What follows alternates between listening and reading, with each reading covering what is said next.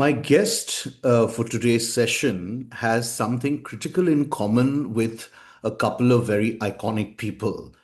I think we all agree that when we think of Apple as a brand, immediately Steve Jobs comes to mind. Similarly, when we think of Virgin Group, Richard Branson comes to mind because in both these instances, the personalities of the founders of these organizations bleeds into the vibe and personalities and cultures of those brands.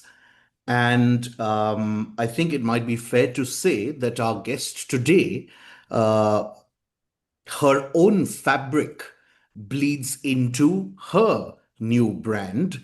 Um, and although it's a relative upstart from a brand perspective, in my understanding, therefore, has the potential of becoming one of those great iconic brands because it is so intertwined and so much intrinsically an expression of that specific individual. But uh, the journey to this point at which she has manifested it into her new brand has not been easy. It's been arduous. There have been lots of ups and downs, lots of healing, and that is really going to be the focus of our discussion today. We are calling this session Romeo Rani because the brand in question, and I'm very proud to say, as a resident of Jaipur, is a Jaipur brand. It's called ThatRomeo. And Sumedha Tak is the founder and Karta Dharta of that brand and is joining us in conversation today. And as she navigates her own life, she also makes inroads and expresses herself through her work in a very tangible way. This is Talk Therapy brought to you by Driveway Devi. I'm Karthik on behalf of Driveway Devi. This promises to be a very interesting discussion. I am extremely grateful to Sumedha for making the time in the midst of what for all designers is a very, very busy festive period. So, a big thank you and welcome. Hi, thank you. It was such a lovely introduction. Thank you. Wonderful. So now, before we begin, Sumedha, as is usually the case, I would love for you to tell viewers in your own words a little bit about this very interesting point in your professional life you're currently at. So, right now I'm doing that Romeo, as you've said. So, Romeo, the journey started up almost 5 months back when we actually came out with it. But pre-work, I mean, it almost took me a year, 6, 7 months to go about it. And yeah, the stage that I am right now in, I'm just so satisfied. It's like a baby that, a seed that you were putting in, and you had no idea it's gonna grow, it's gonna give you fruits or flowers, but then you realize it's giving you both. So That's so yeah. So wonderfully articulated. Wonderful. So, yeah. and tell us a little bit about that Romeo. So Romeo, it's a brand. It's a sustainable clothing brand and jewelry brand where we make things a more artistic way. It's more like an art. So the tote bags also, it's a tagline also that we have carry art with you types, right? So we have brought out the old techniques, katha, but it's in a cool way. It's in a modern way. We don't want to do the traditional work that was done earlier. It's more like the girl you're becoming or the era that you're in. So yeah, so we try to bring out the old techniques in a modern way, and we try to cater to the new generation and also the millennials. And tote bag is something I think every generation, every girl, every guy, I Yeah. mean, just be of any gender and you can Yeah. just carry it. Yeah. Yeah, so true. And the method that you're using is in fact something that has worked very successfully in not only preserving dying crafts and arts, but also giving them a completely new lease of life. Dear friends of ours who have a brand called Rasa, which is also based out of Jaipur, are doing exactly the same thing with hand block printing, where they've contemporized it. Their designs, their silhouettes, their prints are all very, very international and global, but that ensures continuity of the craft whilst appealing to a much broader potential client base. So that's wonderful. You should Um, the art, no? It's fading out. If you exactly. don't quit now, it's just gonna wipe out. Exactly. And while we are on this subject, very quickly, I will share that I've also done a little bit of work with Leela Bordia on some of her writing. And, she's somebody who's chiefly widely acknowledged as someone who revived blue art pottery. Oh, wow. And when we go and meet these artisans, so many of them tell us that their newer and younger generations are now not wanting to do that work, and they're going and leaving, and they'd rather, it's so tragic, they'd rather be chauffeurs, etc., or handy boys at offices in large cities. Yeah, yeah, yeah. That's where it hit me. I was working, for a sampling of my block printing, and the person who was doing it for me, the sampling work, and he told me, he's just like, I'm gonna make sure that my kid never learns this art. And I was just like, why wouldn't you? And he's just like, I'm hardly making money. So he's like, Hmm. why would I want to put him in a space where he's not even making money and he has to struggle every day for his bread and butter? Yeah, absolutely. So, I mean, why can't we? I mean, if the brand is making money, if everyone else is making money, why can't them? Absolutely. Now, all of us have certain life experiences, and I think all of us go through certain peaks and valleys. That is how life tends to be. And I think we'll be hard pressed to find an individual who's had only good times without getting into any details that you don't wish to in public. We would like to know from you what some phases or stages in your life thus far have been where you were really tested, particularly in terms of your resilience and mental strength. I think the first time I realized what anxiety is, what your triggers are, was the first time I think I went through a breakup, and I was also losing out my best friend in the person, right? I mean, now that I think about it, I'm more thankful to the person. I am here because of that person in a way, right? So I think that was the first time I realized, okay, you can feel these emotions, they're real. You can be in bed for like days and you don't want to step out. And it was short-lived, I would say, but it really, really consumed everything in me. Yeah, so that was the first time I realized what triggers are, what anxiety is, how you were supposed to deal with it. And yeah, and healing, I think it's this invisible cape. It'll not come telling you, oh, you're supposed to be on this journey. It'll put you through these difficult stones. And I mean, you have to find your path through those stones. And once you do, I mean, then you're solid, you're good to go. You did also share with me very generously and openly that you sought professional therapy, at least for a while. What I'm more curious about, Sumedha, because we are still, unfortunately, in an environment in our country, and particularly in smaller cities, where there's a lot of stigma attached still with mental health. How did that come about? Was it the decision in the first place to seek therapy? Was it your own? Did somebody suggest it? And did your family or close friends know? If yes, what was their reaction? So a few of my friends used to go for therapy. And also, I think social media worked in a way, like in your favor, right? It was no more a thing that, oh, I mean, why is she taking therapy or Hmm, something like that, hmm, right? hmm, So yeah, and plus my parents and friends, they were more than supportive. hmm. Like they always, I mean, I come from a family where they're okay with whatever I want to do. If it's gonna help me, if it's gonna work in my favor, I mean, they would not pull me back or try to convince me for something else. So it was easy for me.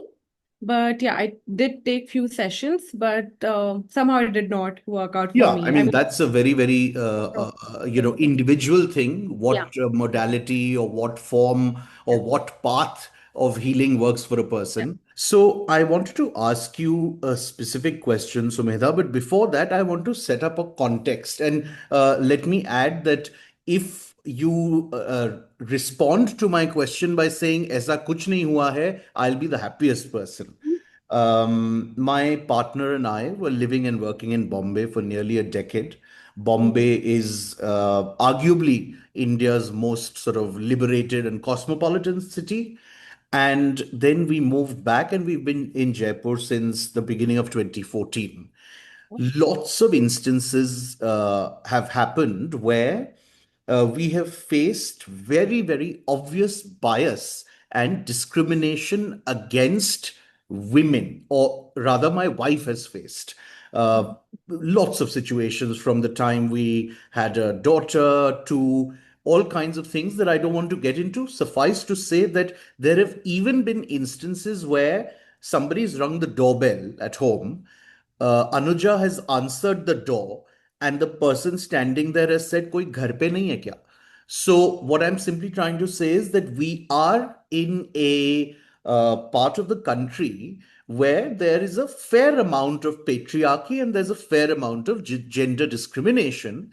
yes. My question, therefore, is that being a woman who is an entrepreneur, and you have been for a while, this may be your new venture, have you encountered any kind of challenges from a work perspective which you feel have happened largely because of your gender?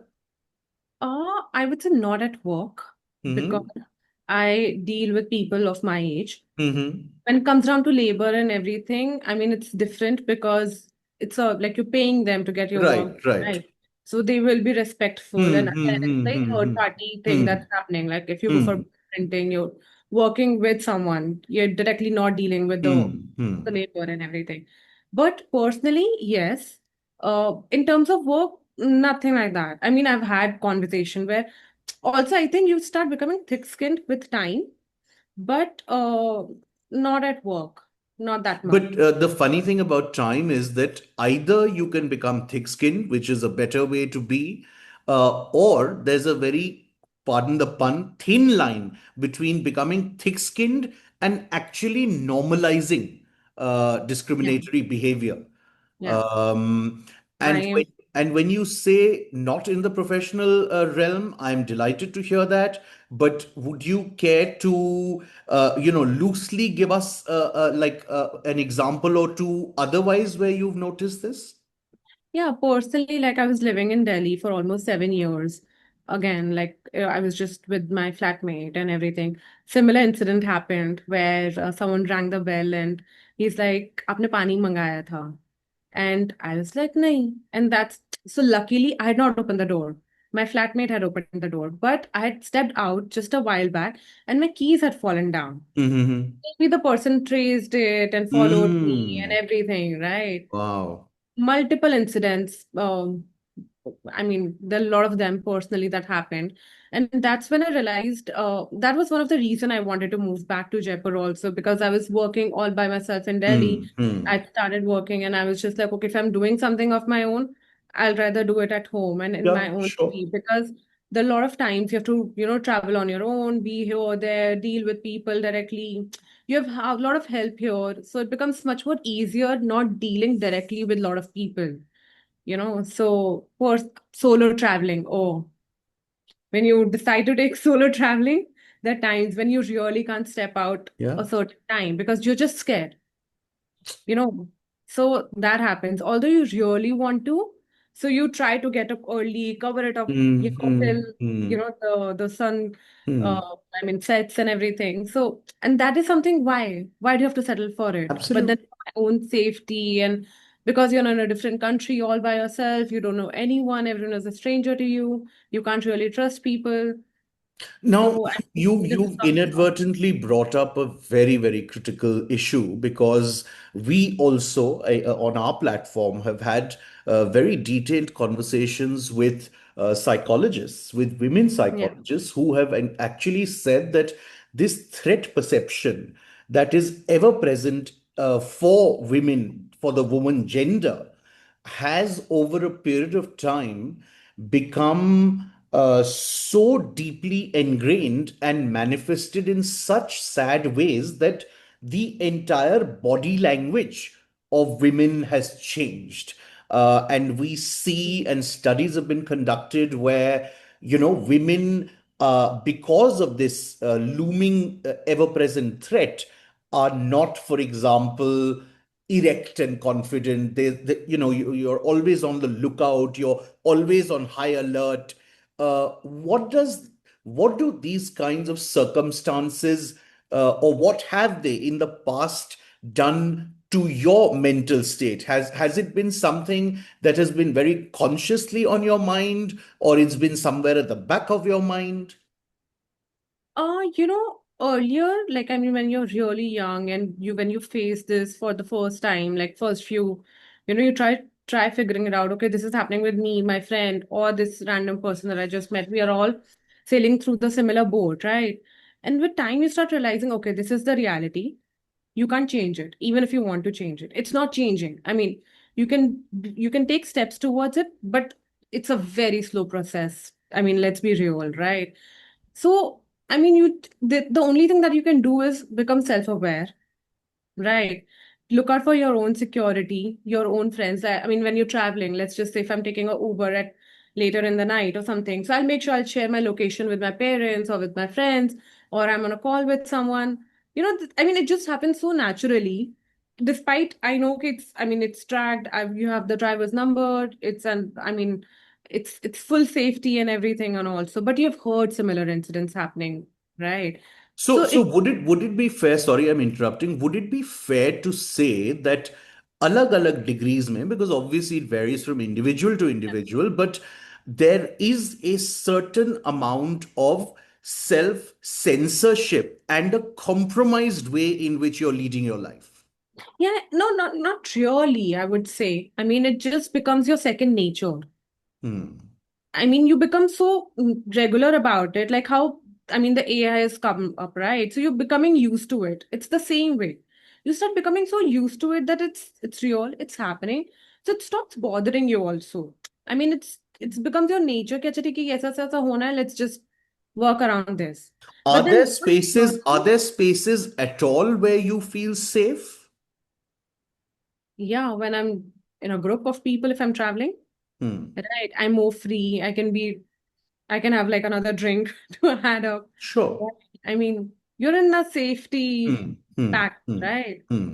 So also, yeah, I mean, that's one when if it's about traveling Hmm. or for let's just say if you're staying somewhere where it's all dark and you have to take a walk of 1 kilometer or anything, you're not scared. But if I had to do it all alone, I would not be at that place at that hour. But that's precise because I know because you told me that you also have started solo travel recently, and obviously there would be enough and more situations where then you are kind of altering your plans, if not canceling them altogether.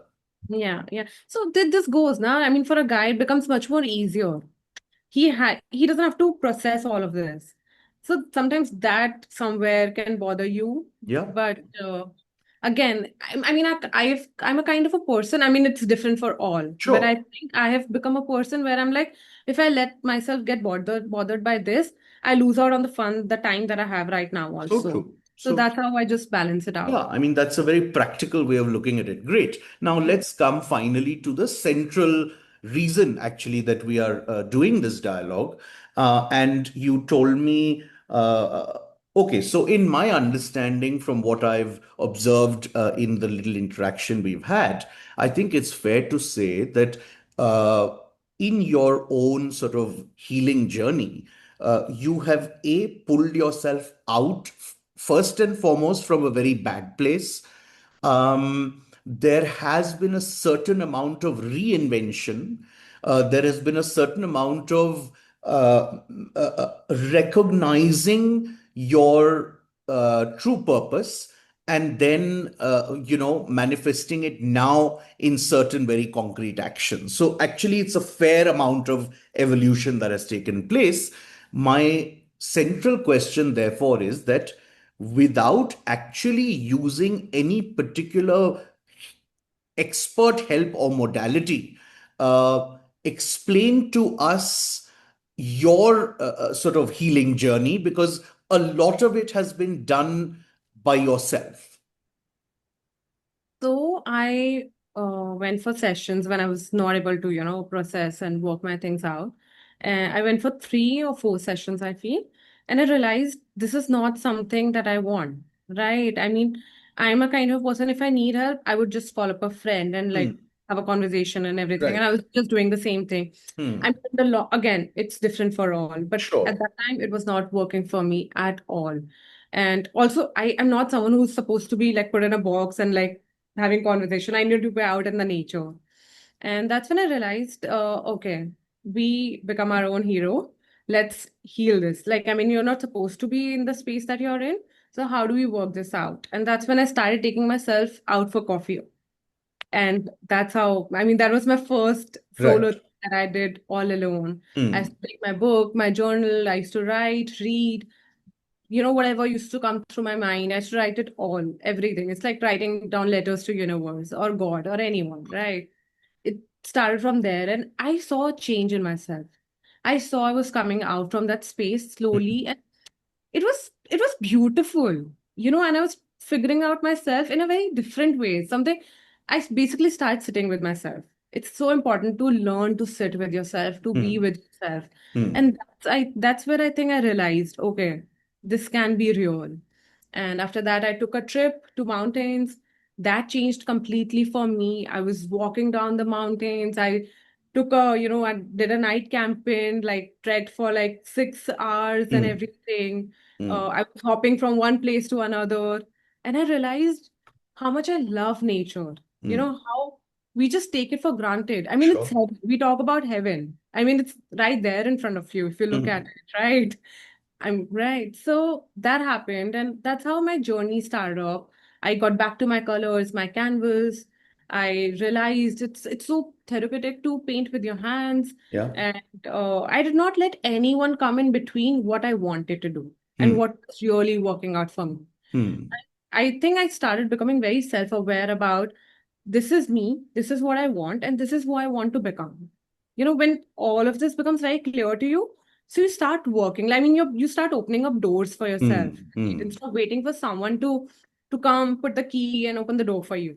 So you start Hmm. doing it. I mean, it's just one clock that you have to move. So yeah, You've that's how. said lots of very, very important things. I just want to ask you a little further on one or two points. Yes. One, of course, is this beautiful concept you said of you should be with yourself. Yes. The other very significant point I feel you made is that. mm and I think this, again, is tragically more applicable with women. Women are constantly guilty throughout their lives. And it is not just one kind of guilt, it's all guilt, uh, all of which is inherited, not self generated. Mom guilt, this guilt, that guilt, daughter guilt. I can't be like a son. I can't pay enough attention to the household. I can't pay enough attention to my career, etc., etc. And I think it is this sort of guilt that somehow has become conditioning over generations, where a lot of women and girls and young women unconsciously deprioritize themselves and their own aspirations and desires and goals. And then arrive at a point where, luckily in your case, you made that effort, you took that time, you held that space for yourself, pet talked yourself into recognizing what those incomplete aspirations were, and then prioritize them. Would that be a fair assessment? Yeah. Yeah. So, if I was to ask you the same question in a manner where, because unfortunately a lot of women do fall into this kind of trap, what would you suggest to young women out there to maybe prevent them from losing themselves? I would say, A, be who you are. You have to own up. You have to start accepting your flaws, everything about yourself. Everything else will come together. It's like a puzzle. When you know, ki, acha, this is the picture that I need to make, puzzles are everywhere. Hmm. Every piece that you pick up, that's you. You Hmm. know? Start being with yourself more. Never give up on your dreams. I don't know why these girls they give up on their dreams. I see it so often. Yeah. In the beginning, they're all about it, and you meet them few years down the line, and they're on a different track of life. You're not supposed to give up on your dreams. I mean, right? A lot of things will come your way. Prioritize yourself. Live for your dreams. Live for who you are, who you want to become. Either you'll make it big, or either you'll find yourself. Something is going to work out in Hmm. your favor, definitely. Right? Absolutely. Absolutely. Well So, said. Hmm. yeah, so you shouldn't, don't let anyone else define you. You define yourself, and that's how the other person will start defining you. So, Yeah, stop. again, I mean that's very simply articulated, but you've said a very big thing in those few words, which is actually, again, in my understanding, what it really distills to is if you respect yourself, only then will you solicit the others' respect, Yeah, yeah. actually. So It's, if you have yourself diminished and deprioritized yourself, then yeah. that's the treatment you will get from others. Yeah, you'll start respecting your time more than anything. And that's how everything else will fall in your life. Hmm. Well, wonderful. You are. I'm glad that I chose that very cheesy title of this conversation because you are the Rani of your own Romeo. We Thank wish you all the very best. It's thank wonderful. I mean, when we spoke the first time, I realized that it was you on your brand reels. I said, "My God, this is great. This is the best possible representation." And so I hope that continues to grow from strength to strength, and you also evolve in that process. Thank you very much for your time, thank you. and happy Diwali. Happy Diwali. Have a great one. You too.